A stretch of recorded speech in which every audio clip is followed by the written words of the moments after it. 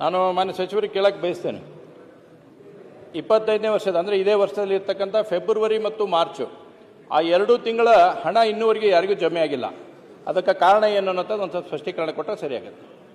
Okay. ಮಾನ್ಯ ಸಭಾಧ್ಯಕ್ಷರೇ, ಗೃಹಲಕ್ಷ್ಮಿ ಯೋಜನೆ ಇದು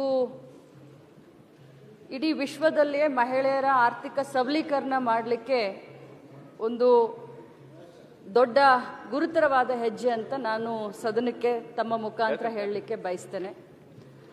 ಮತ್ತು ಈ ನಮ್ಮ ರಾಜ್ಯದ ಗೃಹಲಕ್ಷ್ಮಿ ಯೋಜನೆಯನ್ನು ಬೇರೆ ರಾಜ್ಯಗಳಲ್ಲಿ ಕರ್ನಾಟಕ ಮಾಡೆಲ್ ಆಗಿ ತೆಗೆದುಕೊಂಡು ಎಲ್ಲರೂ ಮಾಡ್ತಾ ಇರೋದನ್ನು ಸದನ ಗಮನಕ್ಕೂ ತರಬಯಸ್ತೀನಿ. ಅದು ಎಲ್ಲರಿಗೂ ಗೊತ್ತಿರುವಂಥ ವಿಚಾರ.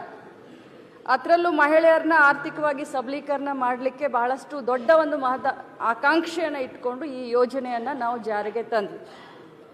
ಇಲ್ಲಿಯವರೆಗೆ ಸಭಾಧ್ಯಕ್ಷರೇ ತಮ್ಮ ಗಮನಕ್ಕೆ ತರಲಿಕ್ಕೆ ನಾನು ಬಯಸ್ತೇನೆ, ಸುಮಾರು 54,000 ಕೋಟಿ ರೂಪಾಯಿಯನ್ನು ಗೃಹಲಕ್ಷ್ಮಿಯ ಫಲಾನುಭವಿಗಳಿಗೆ ಯಾವತ್ತಿನಿಂದ ಈ ಯೋಜನೆ ಶುರು ಆಯಿತು ಇಲ್ಲಿಯವರೆಗೆ ಸುಮಾರು 54,000 ಕೋಟಿ ರೂಪಾಯಿಯನ್ನು ಗೃಹಲಕ್ಷ್ಮಿ ಯೋಜನೆಗೆ ನಾವು ದುಡ್ಡನ್ನು ಕೊಟ್ಟಿದ್ದೇವೆ.